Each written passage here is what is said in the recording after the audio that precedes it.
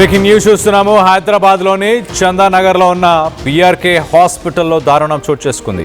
Treatment కోసం వచ్చిన 21 ఏళ్ల ఒక యువతి మృతి చెందింది. ఛాతీ నొప్పితో ఈ నెల 11న ఆమె పిఆర్కే హాస్పిటల్లో చేరింది. గాయత్రి హాస్పిటల్లో 11న చేరిన తర్వాత స్టంట్ వేసి ఫ్యామిలీకి కూడా ఎలాంటి ఇన్ఫర్మేషన్ ఇవ్వకుండా దాని తర్వాత ఒక ఓపెన్ హార్ట్ సర్జరీ చేశారు అక్కడ ఉన్న డాక్టర్లు. మొదటగా స్టంట్ వేశారంట, దాని తర్వాత ఒక ఓపెన్ హార్ట్ సర్జరీని కూడా ఫ్యామిలీకి అసలు ఎలాంటి ఇంటిమేషన్ ఇవ్వకుండా డైరెక్ట్గా ఓపెన్ హార్ట్ సర్జరీ చేసేసారు. దాని తర్వాత ఈ నెల 14న గాయత్రికి ఓపెన్ హార్ట్ సర్జరీ చేసిన తర్వాత ఆ సర్జరీ తర్వాత గాయత్రిని చూసేందుకు మరి ఫ్యామిలీ మెంబర్స్కు ఎలాంటి అనుమతి ఇవ్వలేదు. అంటే ఓపెన్ హార్ట్ సర్జరీ చేశారు. సాధారణంగా ఎలాంటి సర్జరీ అయినా కొంతసేపు ఐసీయూలోనే వాళ్ళని ఉంచుతారు, కొన్ని గంటలు, అంటే ఆ గాయం కొంత మానే సమయానికి.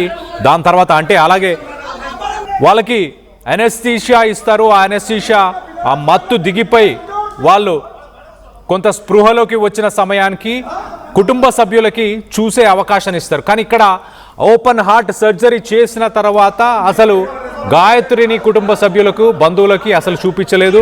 పరిస్థితి విషమించింది. గాయత్రి ఆ ఓపెన్ హార్ట్ సర్జరీలోనే చనిపోయింది అంటూ బంధువులు చెప్తున్నారు. తమకు వెంటనే ఏ విషయం చెప్పలేదు. ఓపెన్ హార్ట్ సర్జరీ చేస్తున్నామని చెప్పలేదు, సర్జరీ చేసే సమయంలో గాయత్రి చనిపోయిందని చెప్పలేదు. మరీ విడ్డూరం ఏంటంటే ఈ విషయంలో ఆ యువతి గాయత్రి చనిపోయిన తర్వాత బంధువులకి ఎలాంటి ఇంటిమేషన్ ఇవ్వకుండా రాత్రికి రాత్రే మృతదేహాన్ని హాస్పిటల్ నుంచి తరలించే ప్రయత్నం కూడా చేశారు అంటూ బంధువులు ఆరోపిస్తున్నారు. మరి గాయత్రి మృతికి వైద్యుల నిర్లక్ష్యమే కారణమా? ఆసుపత్రి ఎదుట ప్రస్తుతానికి బంధువులు ఆందోళనకు దిగారు.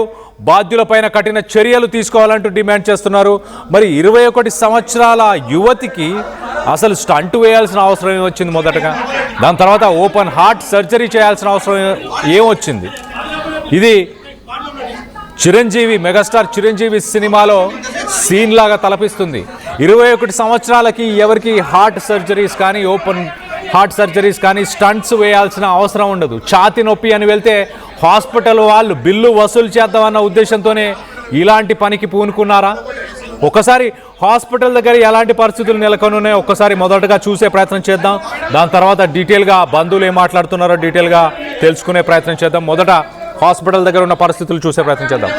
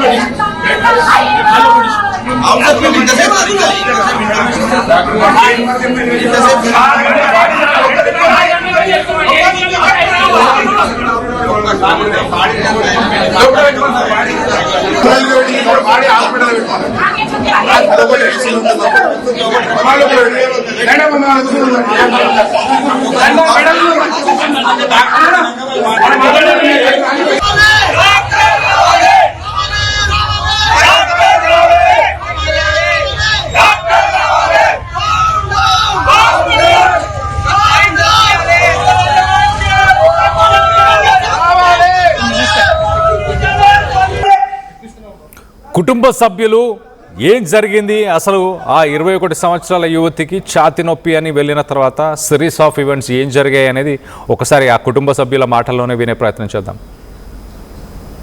నా పేరు నరేందర్ గౌడ్, కైగుల్పల్లి విలేజ్ నుంచి వచ్చినాము. మా అన్న కూతురికి ఓపెన్ సర్జరీ కావాలంటే తీసుకొచ్చినాము.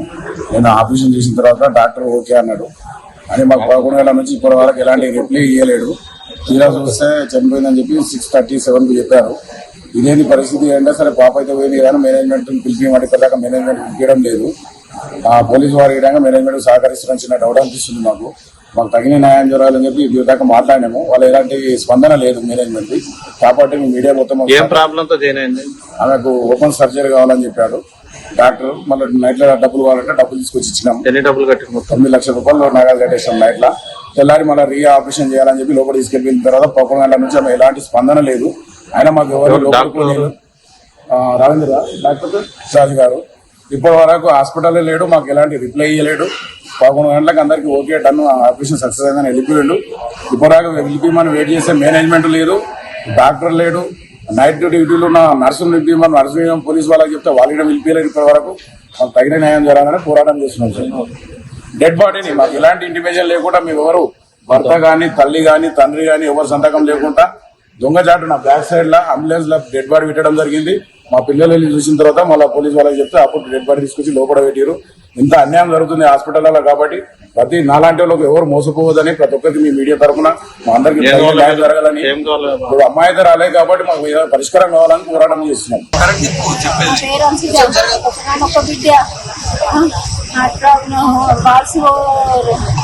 ఏం చెప్పిర్రు చెప్తే హాస్పిటల్ దొరికొచ్చిర్రు. మా ఆయన మధ్య వచ్చిర్రు. దొరికొస్తే ఇంటి నుంచి వేస్తామన్నారు. స్టార్ట్ వేస్తారేమో వెలుగు వేస్తారేమో వచ్చి రాదు. వెలుగు ఏమో వెలుగు వేస్తే మళ్ళీ మళ్ళా ఇది సర్జరీ చేస్తాం. సర్జరీ అన్నారు వాళ్ళు దిగురా ఎప్పుడే ఒక సర్జరీ చేస్తామన్నారు. డాక్టర్ చెప్పి ఒక్కసారి ఒక సర్జరీ ఏం చెప్పారు దిగురప్పుడు సరే చేపిస్తాను. కానీ డాక్టర్ ఈడ చేసినోడు బ్లడ్ ఎట్లా బ్లాక్ అవుతుంది ఆపరేషన్ చేసినాక బ్లడ్ బ్లాక్ అయింది. కానీ మళ్ళీ హార్ట్ మళ్ళీ చేసిండు సర్జరీ. రాత్రి కళ్ళు తెరిచింది, రాత్రి కళ్ళు చూసిందంట.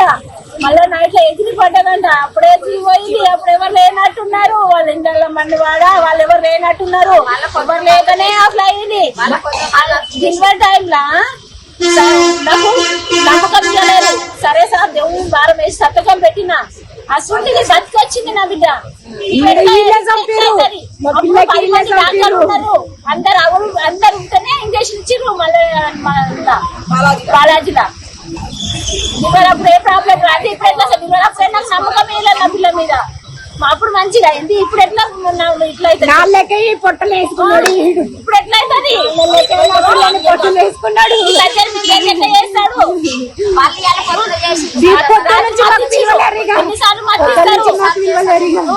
ఎన్ని గంటల నుంచి మత్తులు ఎంత ఇప్పటిదాకా మత్తులనే ఉన్నానని చెప్పారు. నేను పోయి పట్టుకొని చూసిన చేతులు చల్లగా ఉన్నాయి, కాళ్ళు చల్లగా ఉన్నాయి. అంటే ఐసీలు ఉన్నందుకు చల్లగా ఉంటాయి అన్నారు. అందులో గుడ్డు ఉన్నాయి. ఇచ్చిన మమ్మీ లేబెట్టా మమ్మీ లేబెట్టండి. ఏమీ లేదు చెప్పొచ్చు కదా అప్పుడన్నా మరి అయిపోయిందని. మా గంగారాకి వచ్చి మా శివరాజు కాక వచ్చి ఎమ్మెల్యేకు ఫోన్ చేసి డాక్టర్ కు ఫోన్ చేస్తే అప్పుడు చెప్పారు మాకు ఒక్కదాకా తెలియదు. అప్పుడు చెప్పారు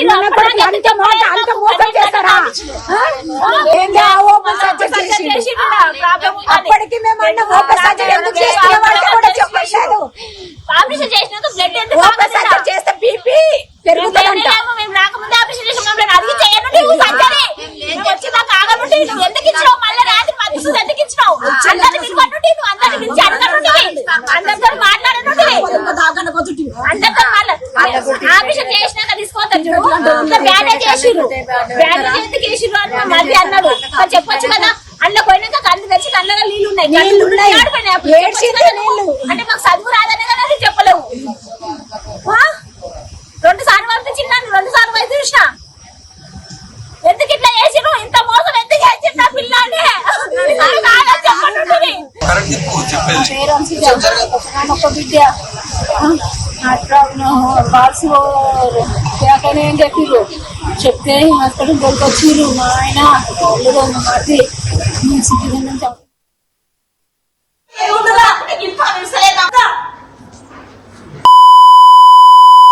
ఇది ఖరాబ్ అయితే ఆలోచన లేదా సార్? చూపిస్తలేదు కదా ఖాళీ మాకు గిడి ఉన్నదని కూడా చూపిస్తలేదు మాకు. ఒక మాట చెప్తాను, ఇదంతా కాదులా చదువుకోలేదా మా దగ్గర పిల్లలు?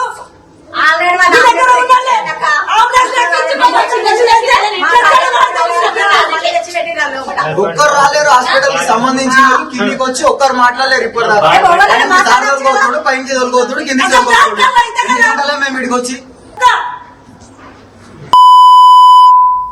రైట్. కుటుంబ సభ్యులు ఛాతి నొప్పి అని జాయిన్ అయ్యాము. దాని తర్వాత మొదట స్టంట్ వేశారు. స్టంట్ తర్వాత ఓపెన్ హార్ట్ సర్జరీ చేస్తున్నామని మాకు ఇంటిమేషన్ ఇవ్వలేదు. ఎందుకు ఇంటిమేషన్ ఇవ్వలేదు? దాని తర్వాత 11:30 ఆ సమయానికి వచ్చి ఆపరేషన్ సక్సెస్ అయింది అంటూ చెప్పారు. దాని తర్వాత రాత్రి వరకు ఆ గాయత్రిని బంధువులు చూసే అనుమతి ఇవ్వలేదు. దాని తర్వాత తను చనిపోయింది అన్న ఇన్ఫర్మేషన్ కూడా దాచిపెట్టారు. మృతదేహాన్ని కూడా తరలించే ప్రయత్నం చేశారు అంటూ కూడా బంధువులు ఆరోపిస్తున్నారు. దీనికి సంబంధించి మరింత అప్డేట్ తీసుకుందాం. మా ప్రతినిధి సురేష్ అందుబాటులో ఉన్నారు. సురేష్తో మాట్లాడి తెలుసుకునే ప్రయత్నం చేద్దాం. సురేష్, చెప్పండి, ఏంటి ప్రస్తుతానికి హాస్పిటల్కి సంబంధించి ఈ ఘటనకు సంబంధించి కేసు ఏమైనా నమోదు చేశారా? Thank you. ఏదైతే నిన్న రాత్రి హైదరాబాద్ చందనగర్లో పిఆర్కే హాస్పిటల్ దారుణం జరిగింది. ఏదైతే 20 ఏళ్ల యువతి దానికి సంబంధించి గుండె నొప్పి రావడంతో ఛాతీలో నొప్పి రావడంతో ఈ నెల 11 హాస్పిటల్లో చేరిన గాయత్రికి సంబంధించి స్టంట్ వేస్తామని చెప్పేసి ఫ్యామిలీకి చెప్పకుండా ఓపెన్ హార్ట్ సర్జరీ చేశారు. సో ఓపెన్ హార్ట్ సర్జరీ అయిన తర్వాత కూడా 14వ తారీఖు, ఈ నెల 14వ తారీఖు కూడా ఆపరేషన్ సక్సెస్ అయింది అంటూ మందులు నమ్మించే ప్రయత్నం చేశారు. తర్వాత మందులు చూడడానికి సార్ మరి ఆపరేషన్ సక్సెస్ అయింది కదా, మేము పేషెంట్ ని చూస్తామని చెప్తే కూడా మందుల్ని కూడా అనుమతించలేదంటూ మాపోయారు. సో తర్వాత పేషెంట్ పరిస్థితి విషమంగా ఉంది, చనిపోయిందంటూ మళ్ళీ కొద్దిసేపటి తర్వాత ఏదైతే సినీ పక్షులు ఏదైతే మనం రెగ్యులర్ గా సినిమాలలో చూస్తుంటాం, సో సినిమాలో జరిగినట్టుగానే ఒక డ్రామా అంతా కూడా ప్లే చేశారని చెప్పేసి బంధువులు చెప్పడం జరిగింది. సో బంధువులు కూడా ఎప్పుడైతే గాయత్రి మరణించిందని చెప్పడంతోనే బంధువులు పెద్ద ఎత్తున కూడా హాస్పిటల్ దగ్గర పెద్ద ఎత్తున ఆందోళన చేశారు. సో పోలీసులు కూడా వచ్చి శాంతింపజేశారు. ఎఫ్ఐఆర్ నమోదు చేస్తాము, దానికి సంబంధించి కేసు కూడా నమోదు చేసుకొని హాస్పిటల్ మీద చర్యలు తీసుకుంటాం, నిజాలు తెలుసుకోవాలని చెప్పేసి చెప్పించిన తర్వాత కూడా బంధువులు బంధువులు కూడా ఇంకా ఆందోళన చేస్తున్న పరిస్థితి. సో ఖచ్చితంగా ఇటీవల కాలంలో హాస్పిటల్ ఇలాంటి ఘటనలు రెగ్యులర్ గా జరుగుతున్నాయి. సో ఆపరేషన్లు వికటించి అయితే చాలా మంది కూడా చనిపోవడం జరుగుతుంది. Hello, right Suresh, thanks for the latest update. మొత్తం మీద పిఆర్కే ఆసుపత్రికి ఛాతీ నొప్పి అని ఒక యువతి అక్కడ వెళ్ళిన తర్వాత మొదట స్టంట్ వేశారు. దాని తర్వాత బంధువులకి చెప్పా పెట్టకుండా ఓపెన్ హార్ట్ సర్జరీ చేయడం ఏంటంటూ బంధువులు ఆరోపిస్తున్నారు. మరో పక్కన సర్జరీ సమయంలోనే గాయత్రి చనిపోయినా కూడా ఎలాంటి ఇన్ఫర్మేషన్ బంధువులకు ఇవ్వకపోవడం, అలాగే మృతదేహాన్ని కూడా చెప్పా పెట్టకుండా తరలించే ప్రయత్నం చేస్తున్నారు అంటూ బంధువులు ఆందోళనకు దిగారు. దీనికి సంబంధించి మరి పోలీసులు మేము కేసు నమోదు చేస్తున్నాము, తగిన శిక్ష వేస్తాము వాళ్ళందరికీ కూడా అంటూ చెప్పుకొచ్చే ప్రయత్నం చేశారు. దీనికి సంబంధించి మీరేమనుకుంటున్నారు? మీ అభిప్రాయాలని కింద కామెంట్ రూపంలో తెలియపరచండి.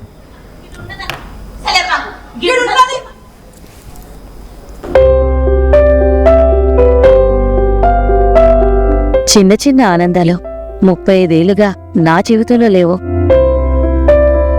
35 ఏళ్లుగా నేను డైపర్లలో బ్రతికాను.